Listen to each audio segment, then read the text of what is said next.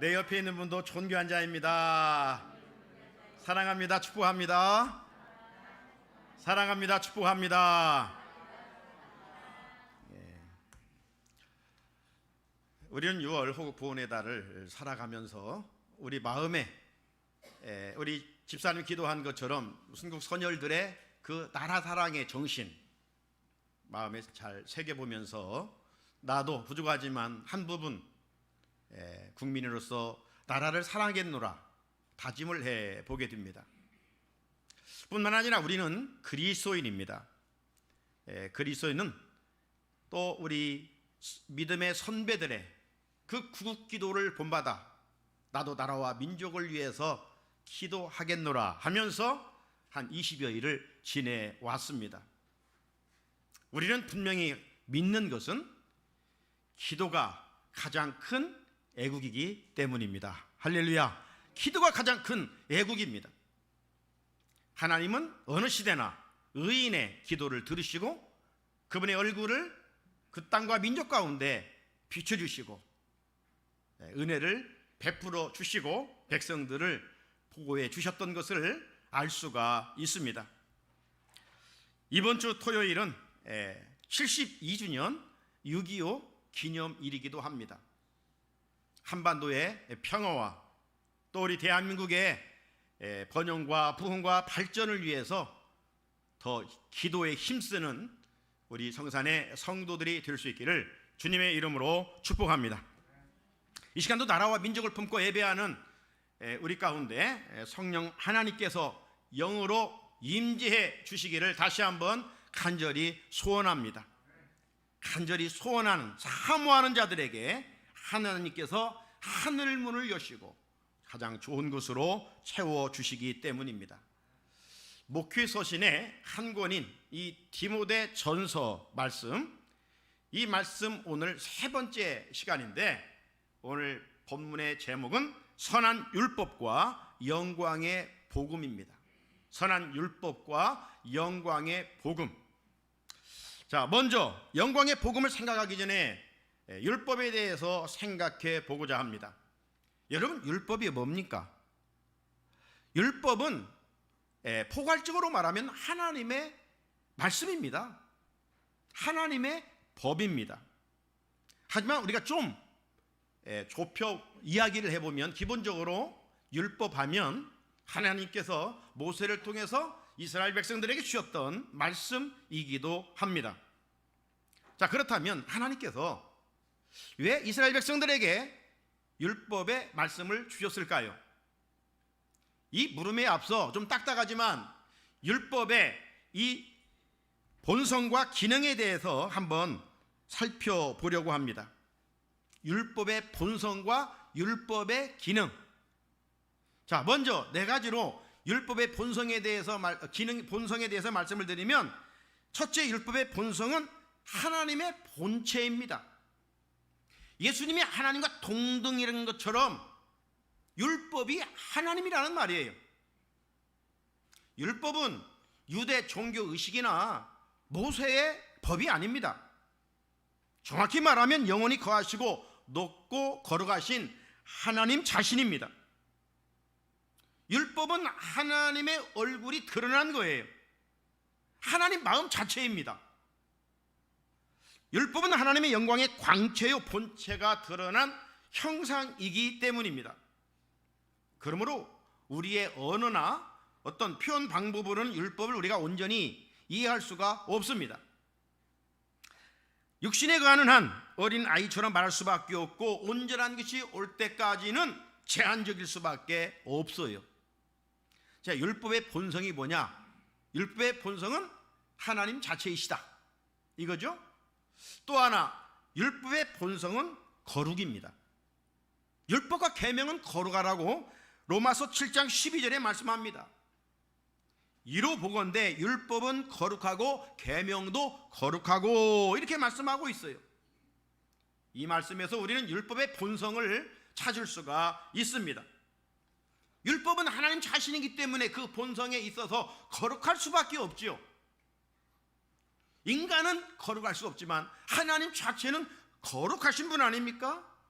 따라서 율법은 거룩하며 순결하며 흠이 없기에 그 어떤 악도 근접할 수가 없어요. 어떤 죄와도 섞일 수가 없고 교제할 수도 없는 법입니다. 셋째, 율법의 본성은 의롭습니다.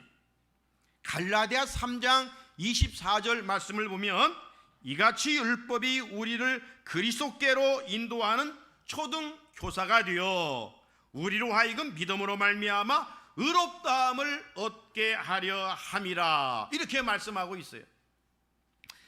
하나님의 본성인 율법은 불의한 것이 아니라 의로운 것이죠. 자, 그래서 바울은 율법이 우리를 그리스도께로 인도하는 초등교사라고 지금 말씀하고 있습니다. 초등교사. 이전에는 우리가 가지고 이전에 있던 성경에는 몽학선생이라 그랬어요. 몽학선생. 이 몽학선생이란 말은 무슨 뜻이냐면 어린 아이를 가르치는 선생입니다.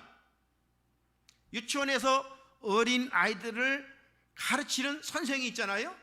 이를 바울 당시 헬라 시대 때는 몽학선생이라고 그랬는데, 그 당시에 엄밀한 의미에서의 몽학선생은 아이들을 가르치기보다는 이 어린이처럼 케어하는, 돌보고 또 다치지 않도록 지켜보는, 감시하는 그런 사람을 가르쳐서 몽학선생이라 그랬어요. 그래서 집안의 훌륭한 노예들이 어린 아이들을 감시하고 또 관리를 하다가 어느 정도 성장하게 되면 주인에게 인계하는 것입니다. 다른 말로 이제 표현해 보면 율법을 이렇게 몽학선생이라, 오늘 본문에서는 초등교사라 이렇게 말하고 있는데, 바로 율법의 기능이 그렇다는 거예요. 율법이 우리로 하여금 그리스도께로 나아가게 하는 의미가 있기 때문에 율법은 그런 의미에서 의롭다라고 말씀을 하고 있는 것입니다. 마지막 하나 더, 율법의 본성은 선합니다. 로마서 7장 12절에 보면 이로보건대 율법은 거룩하고 계명도 거룩하고 의로우며 선하도다. 율법의 본성은 선하도다는 겁니다. 오늘 우리가 읽은 본문 8절도 보면요, 율법을 적법하게 사용하면 선합니다, 그렇게 바울은 말하고 있지요. 그러나 율법은 사람이 그것을 적법하게만 쓰면 선한 것임을 우리는 아노라. 여러분, 교통법규는 왜 만들죠? 운전하는 사람들을 힘들게 하고 방해하기 위해서 만드는 것 아니죠. 운전자의 생명을 보호하고 안전하게 하기 위해서 교통법규를 만드는 것입니다. 이처럼 하나님께서 율법을 우리에게 주신 것도 우리를 힘들게 하고 어렵게 하기 위해서 주신 것이 아닙니다. 우리로 하여금 율법을 주셔서 하나님 백성답게 살도록 하기 위한 것이기 때문에 율법은 선하다, 이 말이죠. 율법 자체는 인간의 구원을 완성시킬 수는 없지만 인간이 율법을 지키지 못함으로 죄인이라는 사실을 알려주기 때문에 율법의 기능이 선하다는 거예요.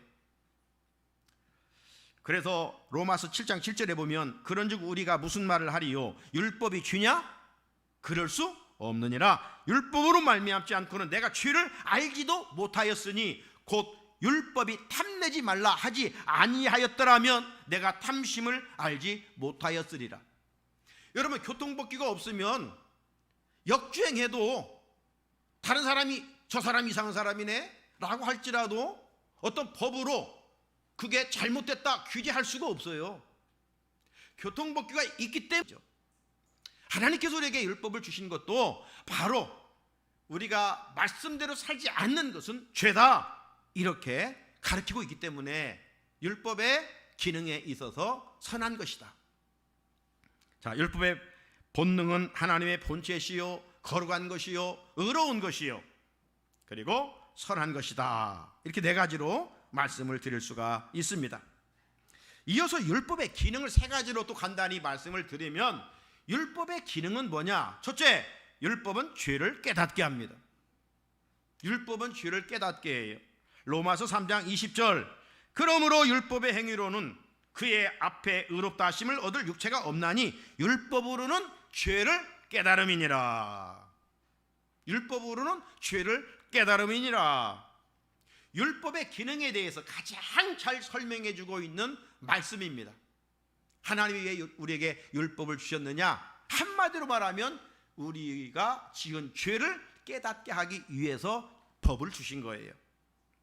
그래서 일찍이 이 퓨리턴 청교도들은 성령의 영향 아래서 거듭나지 않은, 예수는 믿는데 늘 육체의 소욕을 따라 살아가는 그런 자들에게는 이 율법이 죄를 깨닫게 하고, 죄를 자꾸 지으면 우리 안에 하나님의 법이 너 그러면 안 돼, 네가 하나님의 백성인데 왜 그렇게 살아, 이렇게 막 자꾸 찔림을 주는 겁니다. 말씀이 검이 돼가지고. 그리고 우리를 질책하는 기능을 준다고 했습니다. 반면에 거듭난 사람들, 예수를 보다 더 잘 섬기고 예수님을 닮아가려고 애를 쓰는 사람들에게 이 율법은 성화의 수단이 된다는 거예요.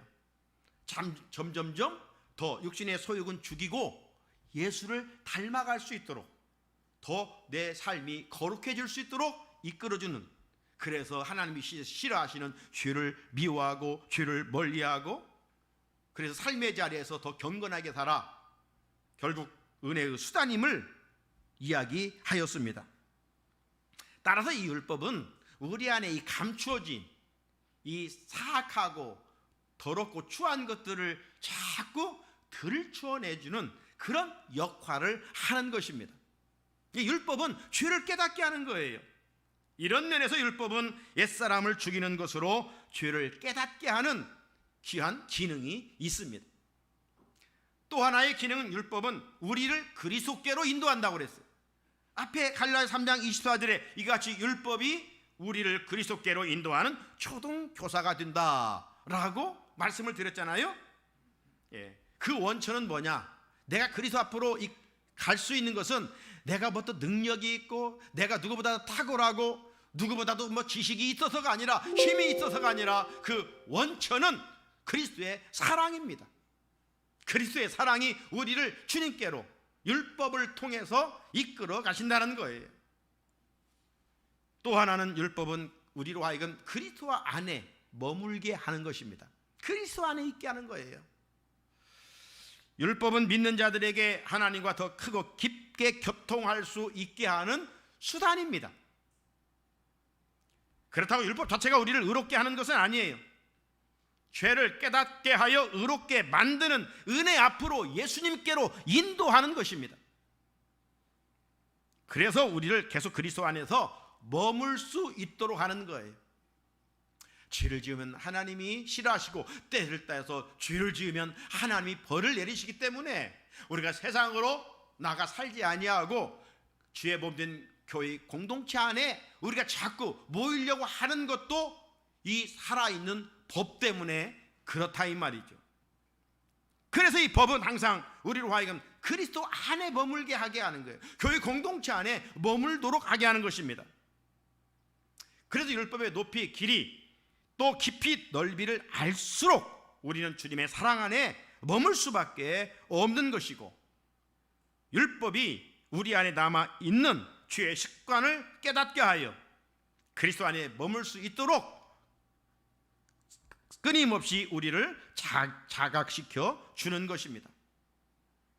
뿐만 아니라 우리의 머리 되신 그리스도께 붙어 있어 그분의 능력을 받음으로 율법을 듬이 행할 수 있도록 도와주는 것이 율법입니다. 자, 율법의 기능은 죄를 깨닫게 하고 그리스도 앞으로 우리를 인도하고 또 우리를 주 안에 머물러 있게 한다는 것입니다.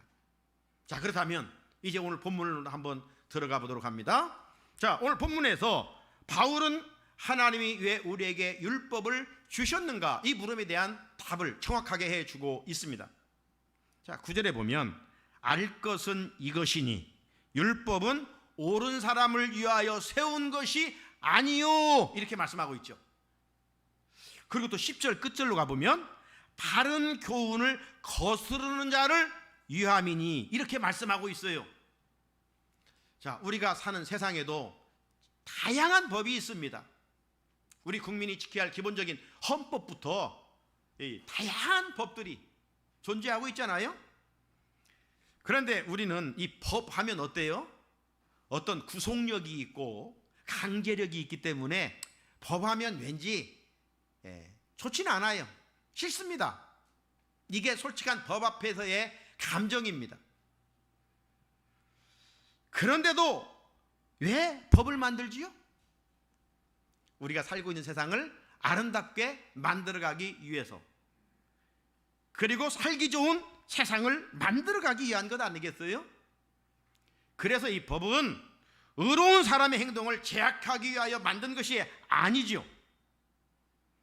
악한 사람들을 다스리기 위해서, 죄를 지은 사람들을 다스리기 위해서 법을 만드는 것입니다.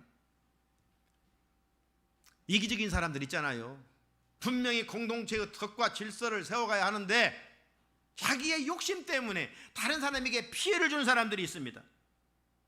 그래서 국가와 공동체, 어지럽히는 사람들, 이런 사람들을 다스리기 위해서 법을 만드는 것입니다. 그리고 법을 어긴 사람들은 거기에 대한 어떤 이 벌칙금이 있잖아요. 합당한 벌을 내리게 됩니다. 자, 하나님께서 인간에게 법을 주신 이유도 동일한 것입니다. 만약 하나님께서 그 만들어 놓으신 창조 질서에 우리 사람들이 순종하고 살았더라면 율법을 주실 이유가 없어요. 그런데 하나님 정하신 말씀에 불순종하고 하나님 뜻대로 말씀대로 살지 않고 인간의 마음대로 살면서 죄를 지었기 때문에 법을 주신 겁니다. 율법을 주신 겁니다. 너희들 이러면 안 돼. 그건 죄야? 죄 싹스 사망이야? 죄는 지으면 이런 형벌이 있어? 그러니까 죄를 지으면 안 돼? 이런 법을 주신 거예요. 그래서 언급한 것처럼 율법의 으뜸 가는 기능은 죄를 깨닫게 하는, 죄를 고발하는 일입니다. 하나님이 주신 율법은 흔히 우리가 613가지가 있다고 그러죠. 자, 613가지, 우리가 그 율법을 다 알 수는 없지만 그걸 요약해 놓은 것이 10계명이에요. 10계명. 그 10계명을 또 요약한 것이 바로 하나님 사랑, 이웃 사랑. 그리고 그걸 또 한 번 요약해 놓은 것이 황금률입니다. 남에게 대접을 받고자 하는 대로 먼저 남을 대접하라. 예수를 잘 믿는다는 거 뭐예요? 본능적인 이기적인 모습을 십자가에 못 박고 다른 사람을 위한 삶을 살아가는 거예요. 이타적인 삶을 살아가는 것, 희생과 섬김의 삶을 살아가는 것, 이것이 예수 잘 믿는 제자의 거듭난 모습이라고 할 수가 있습니다. 그렇지 않으면 우리는 철저하게 나중심이에요. 나밖에 몰라요. 자, 그래서 이 10계명은 우리가 매일 보는 거울과 같습니다. 우리가 오늘도 집을 나오기 전에 현관에 있는 거울을 보든지, 우리 여자분들은 뭐 손거울로 자신의 어떤 용모를 살피잖아요. 얼굴에 무슨 묻지는 않는지, 화장은 잘 되었는지, 입술은 잘 칠해졌는지 보잖아요. 한두 번만 봅니까? 살아가면서. 이런 것처럼 이 율법과 율법의 요약 10계명은 나를 비춰보는 거룩한 거울이에요. 내가 지금 예수의 제자답게 살고 있는지, 내가 성산교회 성도로서 직분자답게 살고 있는지 말씀의 거울 앞에 비춰보는 거예요. 하나님 말씀대로 하나님을 사랑하고 이웃을 정말 내 몸처럼 사랑하고 있는지. 그래서 좀 부족하다. 어떤 분은 그들은도 순종하고 있는 부분도 있지만 여전히 내 욕심 때문에, 내 못난 자아 때문에 알면서도 지은 죄가 있을 때 하나님 앞에 즉시 거울로 통해서 깨달음을 받고 회개해야 되죠. 이런 면에서 율법은 의로운 사람을 위해 주신 것이 아니라 죄를 짓고 사는 죄인들을 위해서, 악인들을 위해서 주신 것이라 말씀합니다. 자, 그러면 우리 인간이 살아가면서 어떤 죄를 지을까요? 셀 수 없겠지요. 그런데 오늘 본문에 보면 바울은 9절과 10절에서 우리가 짓는 죄들을 구체적으로 길게 열거하고 있음을 볼 수가 있어요. 자, 제가 한번 읽습니다. 9절 10절. 알 것은 이것이니 율법은 옳은 사람들을 위하여 세운 것이 아니요 오직 불법한 자와 복종하지 아니하는 자와 경건하지 아니한 자와 죄인과 거룩하지 아니한 자와 망령뛴 자와 아버지를 죽이는 자와 어머니를 죽이는 자와 살인하는 자며 음행하는 자와 남색하는 자와 임신매매를 하는 자와 거짓말하는 자와 거짓 맹세하는 자와 기타 바른 교훈을 거스르는 자를 위함이니라 말씀합니다. 셀 수 없을 만큼 여러 가지를 열거하고 있는데 이 말씀은요 자세히 보면 10계명을 요약해 놓은 말씀이에요. 율법을 요약하면 10계명이라고 했잖아요. 오늘 이 내용들도 요약해 보면 10계명을 지켜야 될 텐데 지키지 못하는 그런 죄들을 열거하고 있어요. 자, 9절을 보십시오. 오직 불법한 자, 복종하지 아니한 자, 경건하지 아니한 자, 죄인과 거룩하지 아니한 자와 망령된 자. 이런 죄들은 하나님과의 관계, 대신과의 관계, 즉 1계명에서 4계명까지 지은 죄들을 여기 이야기하고 있는 것입니다. 하나님이 만드신 율법에 복종시키기를 거부하여 질서를 어지럽히는 인간들을 고발하고 있어요.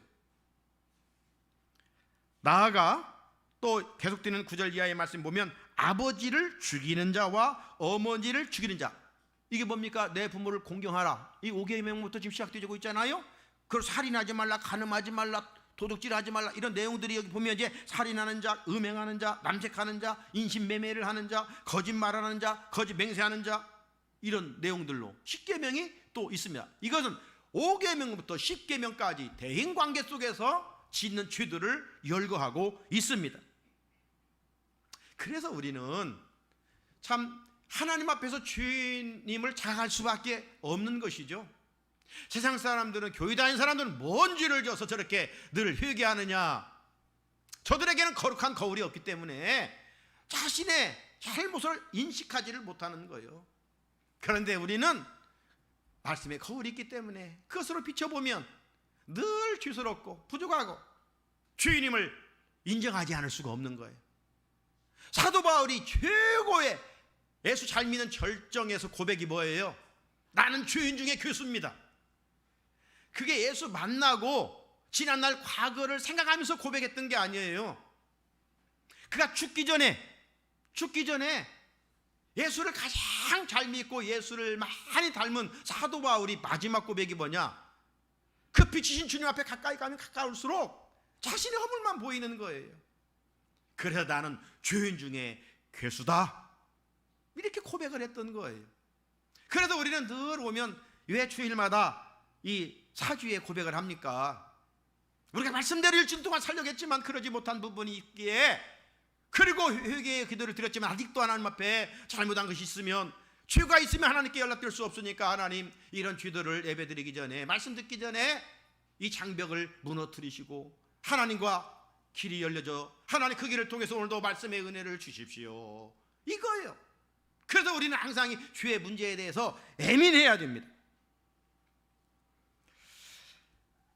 우리 하나님은 우리들이 항상 말씀의 거울로 자신을 비춰보고 확인하면서 영적으로 보다 더 거룩하고 영적으로 건강하게 살기를 원하십니다. 그런데 성경은 뭐라고 말씀하시느냐? 마지막 때 사람들이 알고도 그렇게 살지 않는다는 거예요. 여기에 문제가 있는 것이죠. 그래서 디모데후서 4장 3절로 4절로 보면 때가 이르르니 사람이 바른 교훈을 받지 아니하고, 바른 교훈이 뭡니까? 죄 가운데 물들지 말고 거룩하게 살아가라, 하나님 자녀답게 살아가라. 그런데도 그렇지 아니하고 귀가 가려워서 자기의 사욕을 따를 스승을 많이 두고 또 그 길을 진리에서 돌이켜 허탄한 이야기를 따르리라. 지난번 말씀을 나눴듯이 당시 에베소 교회 성도들 가운데 이 바른 교훈을 따르지 아니하고 거짓된 그런 선지자들의 미혹에 귀를 기울여 실족하는 이들이 있었다고 했잖아요. 어떤 족보와 신화에 귀를 기울이는 사람이 있었다고 했잖아요. 예수 이후에 구원이 있다. 뭔 인간적인 애씀과 노력과 선행을 해야 된다. 율법을 지켜야 된다. 그런가? 예수만 믿음으로 구원을 얻는 것이 아닌가? 이러면서 율법주의자, 영지주의자들에게 귀가 열려져서 헛된 것을 따르고 있었는데 2000년 전 에베소 교회 성도들만이 아니라 이 마지막 때는 말세지 말에는 이런 일들이 더 많다는 겁니다. 그래서 오늘도 보면 이단들이 우는 사자처럼 그리스도인들이 코로나 시국에 조용히 지날 때 이단들은요 끊임없이 전도하고 있어요. 믿는 자를 한 명이라도 더 삼키려고. 그런 가운데 혹하고 이단이 넘어간 사람들은 안 믿는 사람들이 아니 대부분 믿는 사람들이에요. 믿음은 여러분 단순해요. 예수 이름으로 구원을 얻는다 이거예요. 거기에 그런데 이단들은 뭔가 알파를 붙이는 거예요. 예수 믿어도 좋은데 우리 교리를 믿어야 된다. 우리 교주를 믿어야 된다. 이거거든요 다. 이런 허탄한 이야기에 귀를 기울인다는 거예요. 마지막 때 사람들이. 그런 이야기가 달콤하거든요. 요즘 교회는 사랑도 없는데 거기는 막 사랑으로 녹이는 것 같아요. 그러니까 녹이는 것 같을 뿐이 어찌보면 우리는 사랑이 없는 것 같은데 사랑이 있고 저들은 사랑이 있는 것 같은데 사랑이 없어요. 여러분 우리가 어려운 일 당해보세요. 일가 친척보다도 앞장서는 것이 교인들이에요. 사랑이 없는 것 같지만 사랑하는 사람들이에요. 우리는. 그래 거기는 막 사랑으로 녹이는 것 같지만 결국 다 재산을 잃게 하고 가정을 깨지게 하고 그게 다 이단들의 특징이에요. 그런데 언뜻 생각할 때는 거기가 진짜 같이 느껴져요. 가짜가 진짜 같은 세상 아니에요? 그런 일들이 그리 많이 있다는 겁니다. 그러니까 우리가 마지막 영적으로 깨어있지 않으면 언젠가 우리도 넘어질 수 모르니까 깨어있으라는 거예요. 그래서 바울은 오늘 목회자 디모데로 하여금 에베소 교회 성도들을 바른 교훈으로 잘 이끌어갈 수 있도록 너 여기 머물러 있어. 머물러 가르쳐. 오늘 시공을 초월하여 주의 종을 통해서 이 마지막 때를 살아가는 여러분들에게 이 강단을 통해서 오늘 말씀을 가르치고 권면하는 겁니다. 헛된 것에 기울이지 말아라. 헛된 것에 기울이지 말아라. 사랑하는 성도 여러분, 하나님 주신 율법은 선한 것이지만 장차 오실 복음의 그림자일 뿐입니다. 율법은 선한 것이지만 그 자체로는 구원을 얻을 수가 없어요. 죄를 깨닫게 할 수 있는 것입니다. 따라서 하나님은 주인이 구원을 얻을 수 있는 길을 주셨는데 그 길은 바로 예수 그리스도의 십자가입니다. 바울은 이것을 가리켜 오늘 하나님의 영광의 복음이다. 하나님의 영광의 복음이다. 이렇게 말합니다. 자, 11절 한번 같이 읽어볼까요? 11절 시작. 이 교훈은 내게 맡기신 바 복되신 하나님의 영광의 복음을 따름이니라. 아멘. 사람을 의롭게 하고 구원받게 하는 것은 율법이 아니라 영광의 복음입니다. 율법은 악한 자들의 죄를 분명히 드러나게 합니다. 드러난 죄를 용서받게 하는 길은 그것이 바로 복음인데 복음의 주체는 예수 그리스도이십니다. 그래서 예수 그리스도는 죄인을 구원하는 유일한 길이요 진리요 생명인 것입니다. 그래서 바울은 복음을 하나님의 영광의 복음이라, 하나님의 영광의 복음이라. 예수 그를 통해서 오는 소식은 세상에서 가장 기쁜 소식입니다. 바울은 지난날 자기가 예수를 핍박했던 자리에서 이 영광스러운 복음을 맡겨주셔서 전할 수 있는 은혜를 주셨다라고 고백하고 있습니다. 이 영광스러운 복음의 직분을 오늘 이 마지막 때 저와 여러분에게 맡겨주셨으니 얼마나 감사합니까? 사랑하는 성산의 성도 여러분, 죄를 깨닫게 하는 선한 율법은 모세를 통해서 주어졌지만 은혜와 진리는, 이 영광의 복음은 예수 그리스도를 통해서 주어졌다고 사도 요한은 요한복음 1장 17절에서 이렇게 말합니다.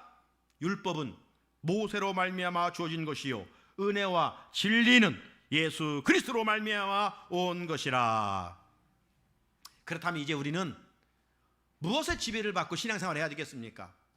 율법입니까? 복음입니까? 율법입니까? 예수 그리스도의 은혜의 말씀입니까? 율법의 지배를 받고 믿음 생활하면 신앙생활이 천근반근 무겁습니다.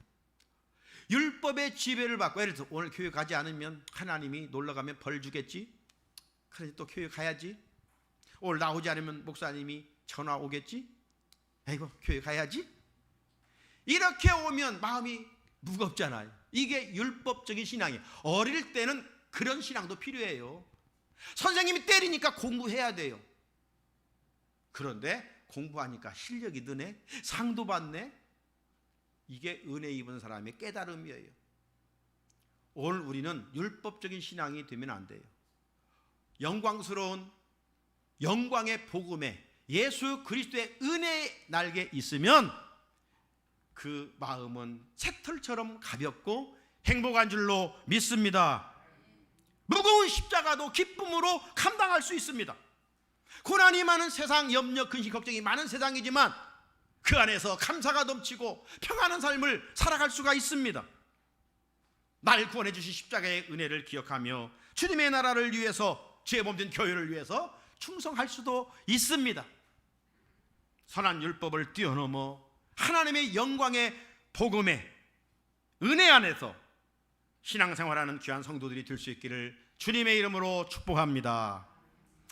거룩하신 하나님 아버지, 하나님이신 율법도 선하지만 율법의 핵심 기능은 죄를 깨닫게 하는 것입니다. 율법에 613가지가 있지만 요약해 놓은 것이 십계명입니다. 십계명은 하나님과 관계에서 또 대인 관계에서 지켜야 할 말씀들입니다. 한마디로 말하면 하나님 사랑, 이웃 사랑입니다.